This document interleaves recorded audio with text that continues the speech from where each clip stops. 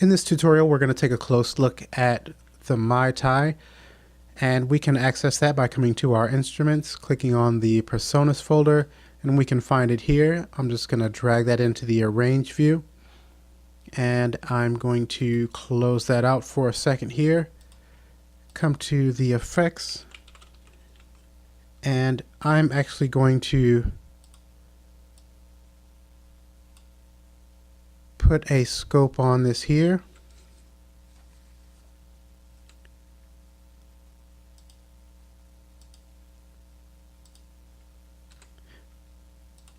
So let's get back to the Mai Tai here.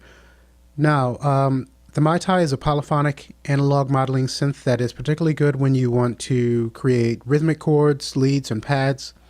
And if you're new to Studio One and VST Synths, it may seem a bit daunting to look at here in the beginning, but by the time this two-part series on using Mai Tai is finished, I think you'll find it to be not that bad, actually. Not as bad as you think. Now, we can actually break the Mai Tai down into sections, and this will help us start off here. Starting at the very top, we've got power bypass, where we can choose our defaults or our patches there.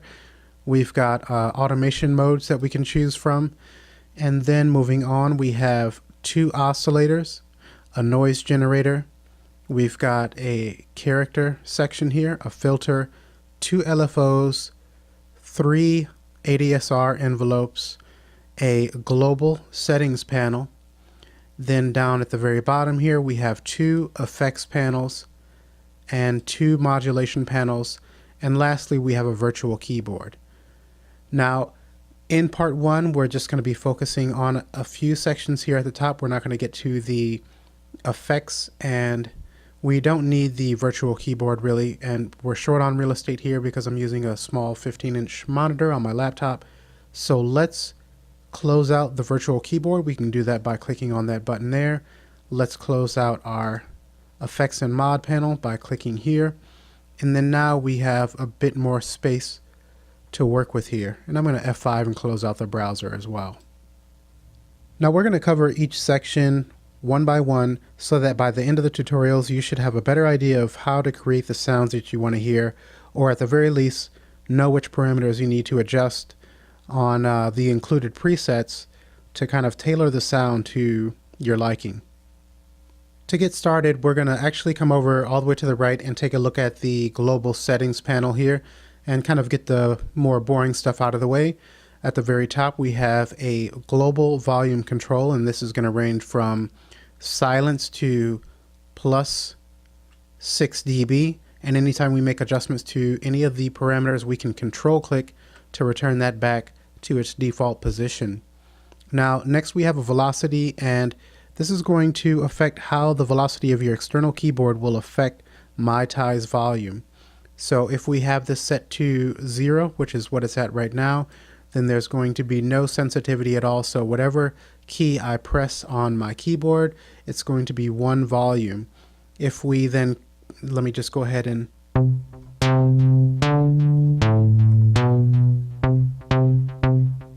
so we just have 1 volume here.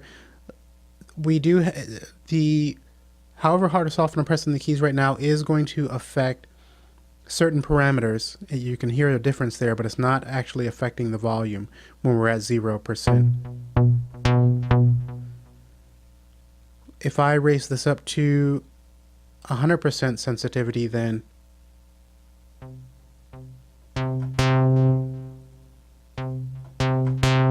you can definitely hear a difference in the volume there. So I'm just going to control click and put that back. Next we have poly, and this is was actually on. This puts the Mai Tai into polyphonic mode when it's active, and essentially that just means we can play multiple notes at the same time. If we come to mono mode, this is monophonic, and we can only play 1 note at a time. While mono mode is active, we can also make use of the glide here, and this, if we play our keys in a legato sort of way, if I press 1 key and then while holding that key press other ones, we're going to get a glide. Now below that glide activation knob, we have a dial where we can control the glide time, and we have a range of 1 millisecond to 1 second. So right now we're kind of dead in the center here. If I come all the way down, you almost can't tell a difference there. Now if I raise that all the way up to 1 second,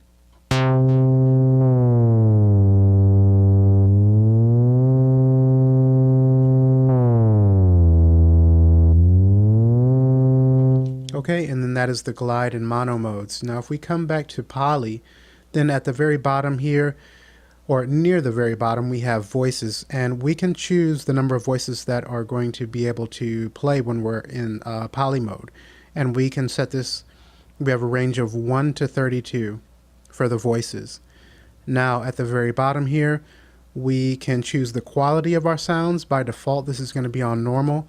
We have several other options. We can choose 80s, high, or supreme. Now, depending on what we choose, this is going to affect the CPU's usage and the timbre of your synth sounds. So I'm just going to leave this on normal.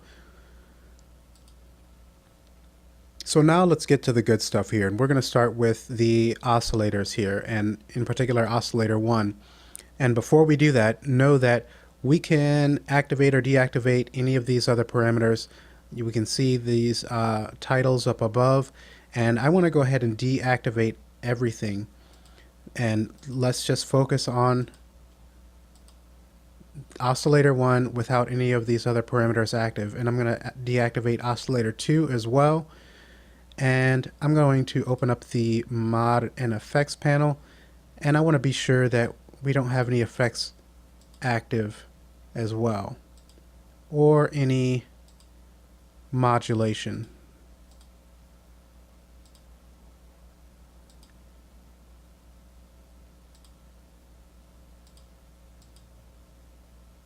And you can kind of see how we can come in and activate and deactivate things down below here.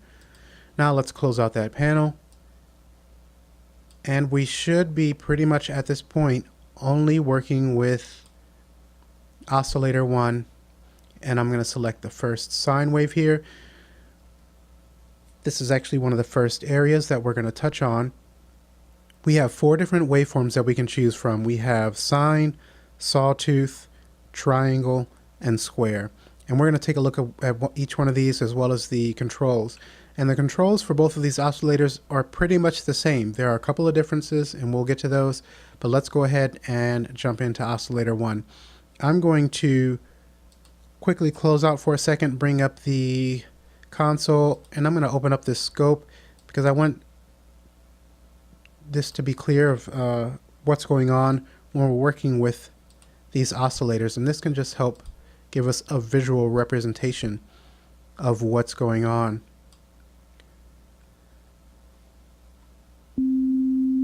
Okay, so we are on our sine wave here, and we can see in our scope what a visual representation. We have those representations up here, but it's also helpful to see in the scope. Now we can come to the sawtooth here.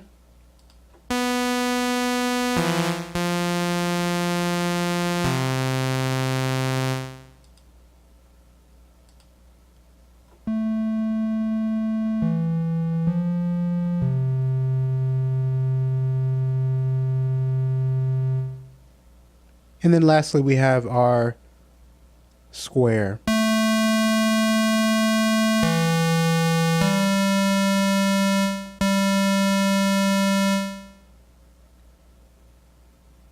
Now, when we activate the square, take note of this PWM here. That's pulse width modulation. So if I come back to the triangle, we don't have that available, but as soon as we're on square, we do have that available. And what this is going to do is adjust the pulse width of this square wave.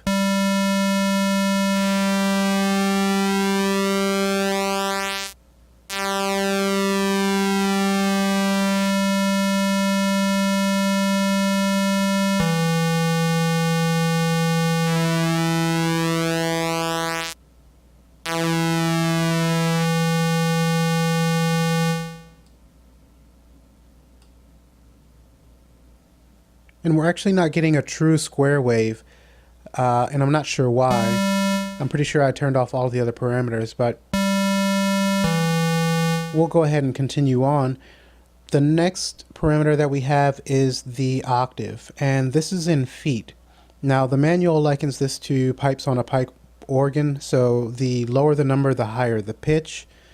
And I hope I've got my level set here because I'm going to raise this up, so we're going to raise the pitch.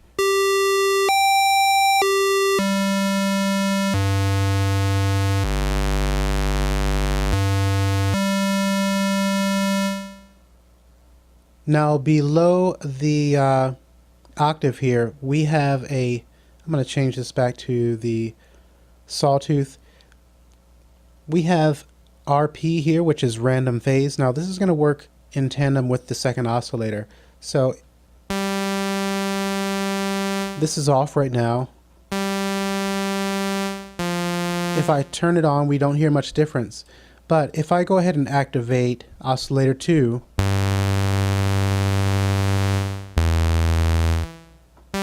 so you can hear the difference now. I'll activate that again. Now when we make use of the random phase, and this is available on both oscillators, with this on, whenever a note is played, the oscillator will start its waveform at a random start point, and this is going to create shifts in tone over time if it's active while also using oscillator 2. So let's go ahead and activate that, and you'll hear what that sounds like.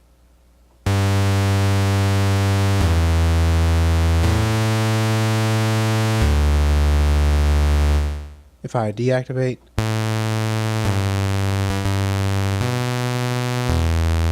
and then once again, let's try a different waveform.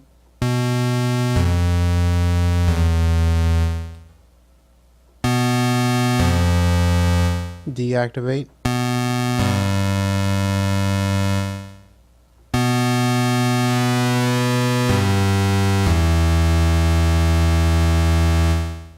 Okay, so that is random phase, and we're just going to deactivate that as we move on. Next we've got semi and fine.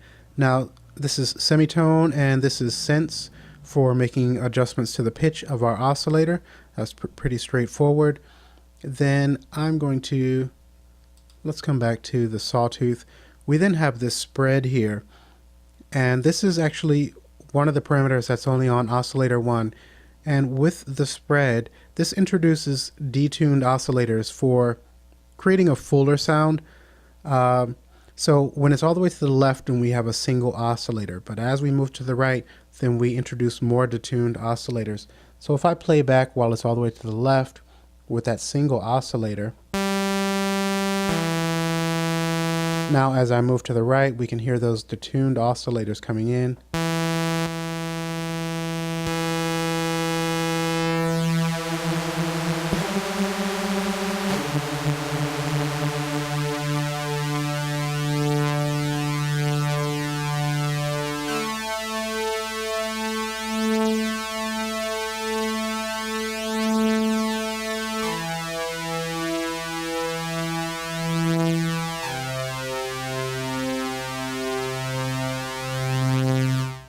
Okay, that's the spread. And with the sub, we can introduce sine wave, low frequencies. So that's basically what the sub is. It's a sine wave sub oscillator that plays the same relative pitch as our oscillator, but 1 octave down. So we can just kind of create a fuller sound when we introduce this sub in.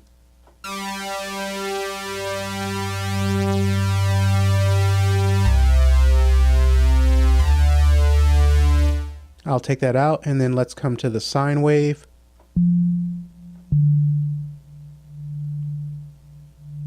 I'm going to take that spread off. And that's a really good example to see what that spread is doing. If we start with our single oscillator and then come to that spread,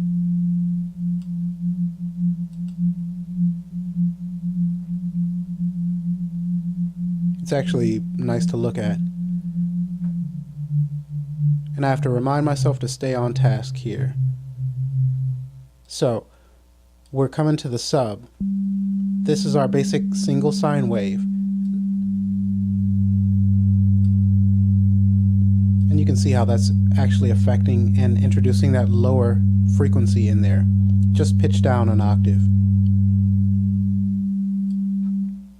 And then finally we have level and panning.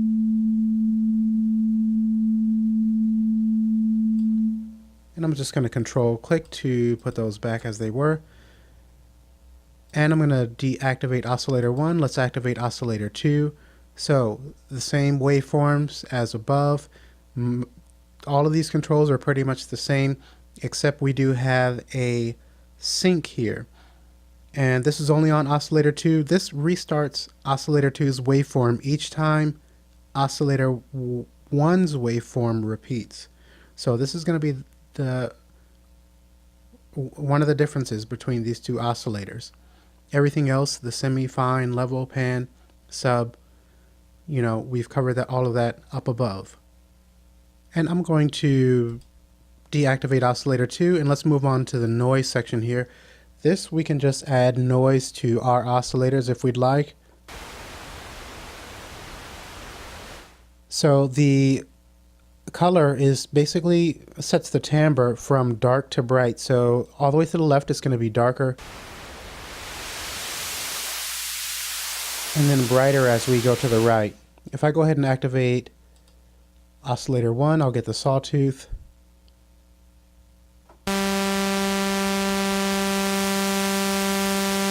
We've got level control and panning. Okay, and that's the noise generator. I'll actually deactivate that, and then let's come over to character next here. Now the character processor is going to apply wave shaping effects to your oscillators, and if we click on this drop down menu here, we have 13 different models to choose from, and the sound dial here is going to produce different effects on these modes depending on what you end up choosing. So we've got grand class right now.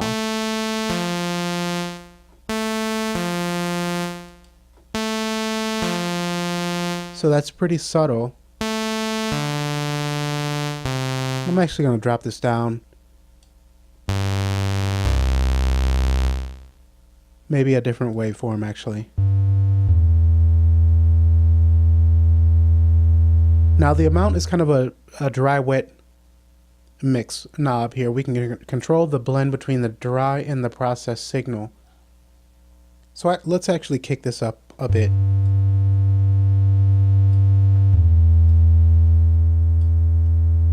So we can hear a subtle difference here.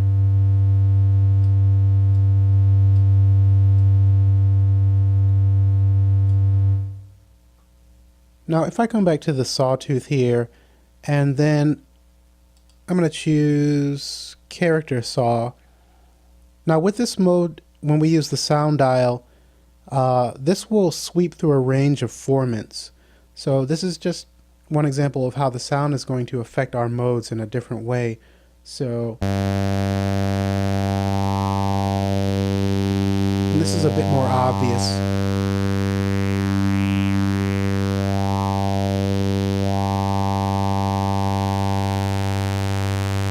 And we're taking all of the process signal out here when we come to the left. When we move to the right, we introduce it back in.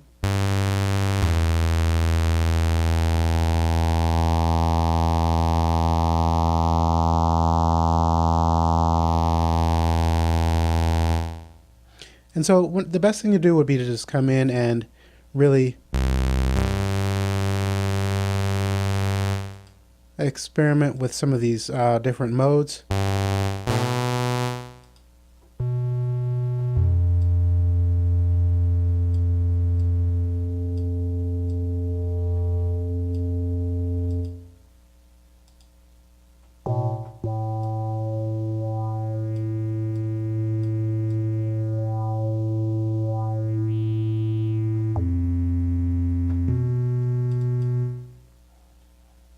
Okay, and so I think that we will stop here for part 1, In part two, we'll move on to the filter, the LFOs, envelopes, and if we can get through those quickly, then we'll move on to the mod and effects panels and the virtual keyboard. Who knows, maybe this will end up being a 3-part series. But anyhow, thanks for watching, and I'll see you in part 2.